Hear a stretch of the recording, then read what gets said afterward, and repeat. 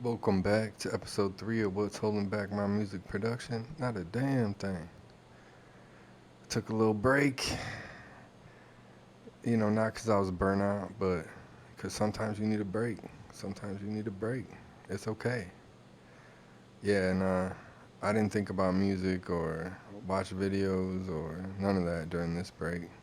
It was only like 10 days, but it was kind of nice, just to get out the algorithm and get away from constantly thinking about music because we live sleep, breathe this music. So, sometimes it's nice just to step back. I'm gonna try and make this show a little more regular. So, this is me trying to do that. But what we got? Still been working on modulation. I feel like I got a good handle on that in Reaper. So that was one obstacle that was holding me back. I feel pretty confident there now. Um, my new thing's been getting some tools that are definitely speed up the workflow and are not just flavor boxes um, that are useful on a broad range of tracks and genres. Swiss Army knife kind of gonna use them everyday things. So I got some tools in today's episode I'm gonna go over real quick in the news. It's stuff I use. Obviously, I'm not a sponsor or anything, but it's stuff I use if that says anything. What we got? Let's see. We got Pentimento, which is Tetro's collabo. I kind of like it. I got it. I was looking for something that did something similar to this. That didn't. I mean, that still kind of works good. Kind of reminds me of some of Beat Surfer's stuff. But I was actually shocked. I kind of took a risk, but this is nice, especially for textures, for drums.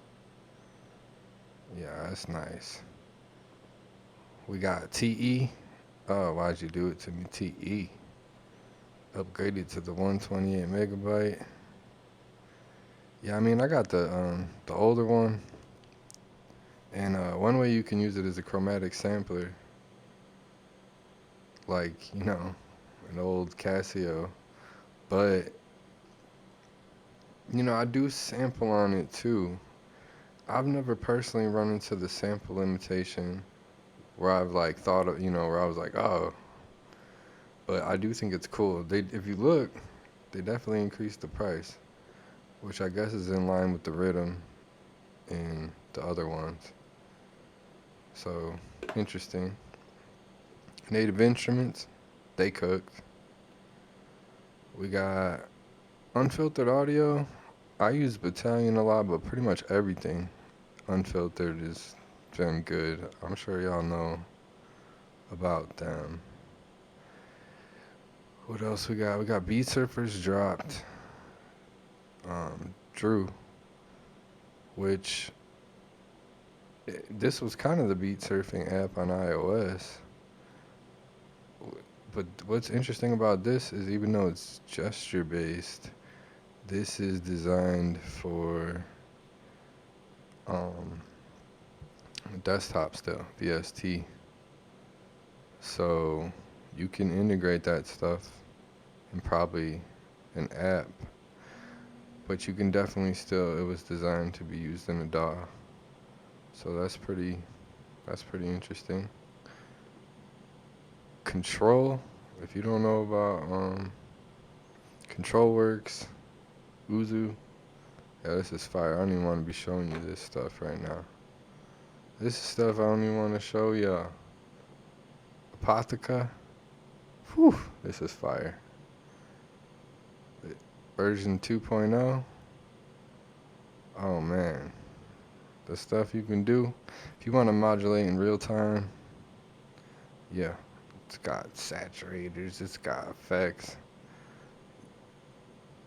it's got controllers, GUI graphs, you could shape it, tempo sync, sequencers, it's crazy. Another one, what are we looking at? I feature Rive. This is kind of like spectral splitter, but you can control the harmonics. It's like 2% CPU. So it's got. I like tools that have a low computer load, but it's fire. This one's kind of a sleeper. You guys, gets a lot of bad reviews, but I think it's good. Turn. All these are fire. Um, it's also kind of a pay models fire on there. We got Harp Lady. No, I'm just kidding. Emily Hopkins dropped a new collabo pedal. I mean, let's see. We got glitch, delay, reverb, and dissolve. Interesting. I use Interlooper, but pretty much all these plugins are fire.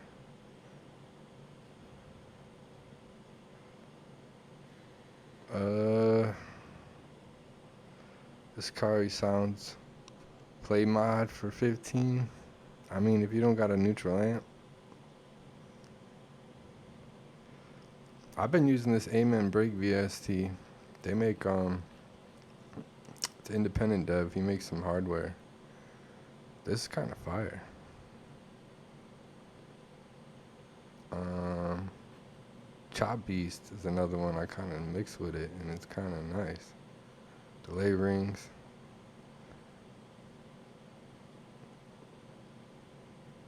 Yeah, Chop Beast is pretty good. Cog Burns or Cog Burn. He's got strokes and stacks that, man, these are some pretty fire. These are pretty fire. Plus, they look like you're on the Death Star or something. Yeah, I think that's pretty much on those, on the news. But yeah, I'm gonna keep it short. I'm just trying to, keep the show rotating. Um, Definitely gonna keep working. I've been doing transitions now, trying to get them transitions, um, all the modulation, all the volume and panning, automation, and that's been fun. I've been having fun with it. It's been clicking. So just been pumping out music and trying to get better at that. Size down some of the hardware. So I still have a bunch of micro size gear, and I have a few, full size drum machines and synthesizers. But definitely been slimming it down. Less hardware. I think I always have some hardware for sure, but I don't know if um I would go extreme in that end now that I'm leaning more in the DAW. But never say never, because I said I'd never be in the DAW in the first place. So what the heck do I know? Just where I'm at in my journey right now. And there was a person I was talking to on YouTube the other day talking about, I like this synthesizer. We were talking about synthesizers, and it's like, because it has the presets, and I like the presets, just having a quick starting point. And it's like, that's exactly, I was like, well, that's what you want. That rocks for you. That's to each their own, but also everybody's at different points. So I remember when I liked presets at, a time, and I still like presets. So it's not like, it's just maybe this week, for example, I've been really into drones lately. I knew about drones. I've had drones, but for some reason it clicked, like why people love drone music or why I love drone music, like brown noise or the different color noises. I like the feeling it induces, so I definitely like drone music. Um, so yeah, I definitely might lean more into some drone type of gear in the future, or possibly kind of more modular, like the Modern Sounds Pluto type of vibe. I definitely like that.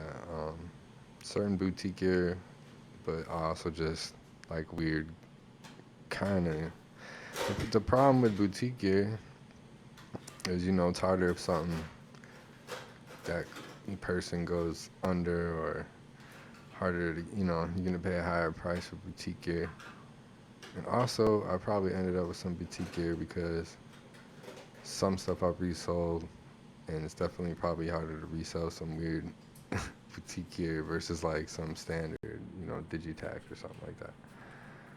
But either way, I hope y'all are doing good, and I will see you in the next episode.